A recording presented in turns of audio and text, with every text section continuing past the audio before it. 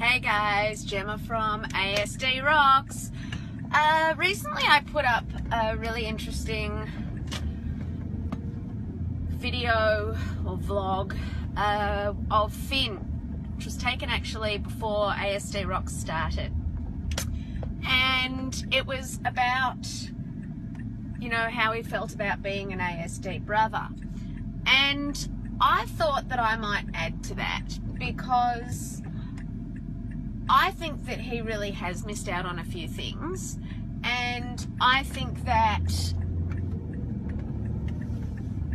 I need to explain some of the things that he doesn't necessarily think he missed out on, but you know, sometimes when you grow up without something, you don't realize that you missed out on it. And I think he does realize it, but for example, with Bo being the eldest child, we never had the Easter Bunny or Tooth Fairy or Santa Claus, because in Bo's eyes that would have been lying. And to establish a trust connection with Bo and to get him where he is, so to get him to be able to go to my mother's house for dinner or take a chance and go out to a restaurant or something, he and I made a deal, we made a bond. And the deal was that if he gave it a try, if he came out, if he did what I asked, as soon as he asked to go home, we would leave.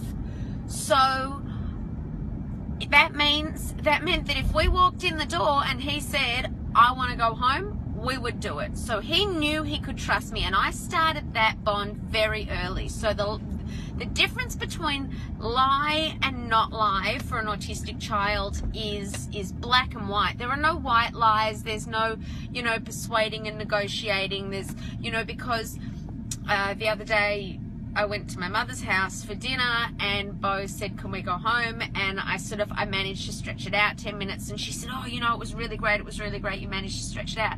I said, yeah, but I can't do that often, because then he distrusts me, and when I say let's go somewhere, he's going to say no, because I know that when you say let's go, you're just going to negotiate with me. So I can't do that often. So we never grew up with Santa Claus.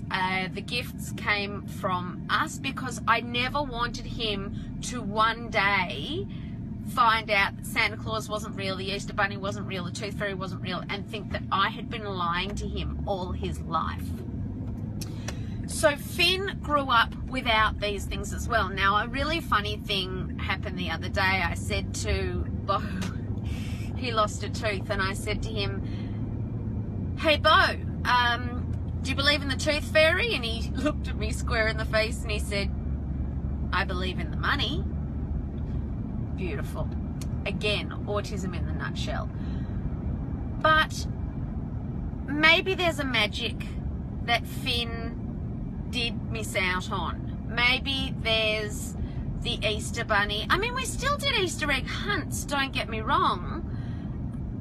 But maybe there is a little bit of childhood fairy tale magic that Finn missed out on, because there never was an Easter Bunny, there never was a Santa Claus, and there never was a Tooth Fairy, and any of the other things that you can think of that I can't think of right now.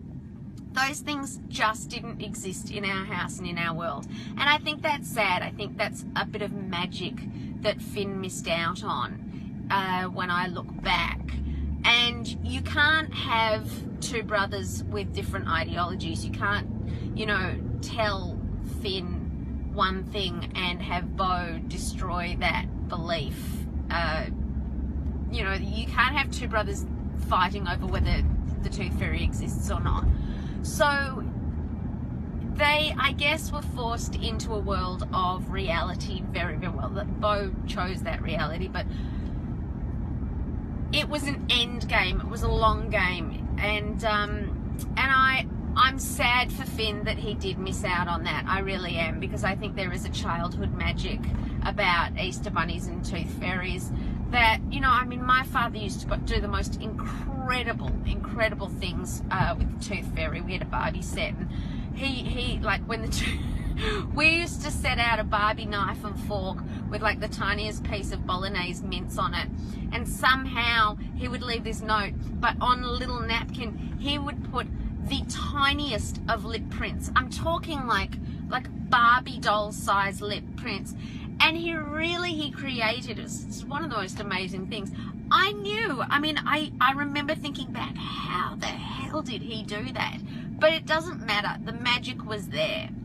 So I don't know why I'm putting this post up other than to put out a truth that there is some magic. You know, Finn's overly nurturing of his brother, and when I ask him questions about how is it, you know, being the brother of an autistic kid, you know, he talks about Bo. He talks about Bo all the time. He doesn't talk about himself, and he's a carer and a nurturer, which I think is a beautiful, beautiful thing. But he's going to have to learn to also look out for number one, for himself, which is why I'm really glad they're at separate schools at the moment.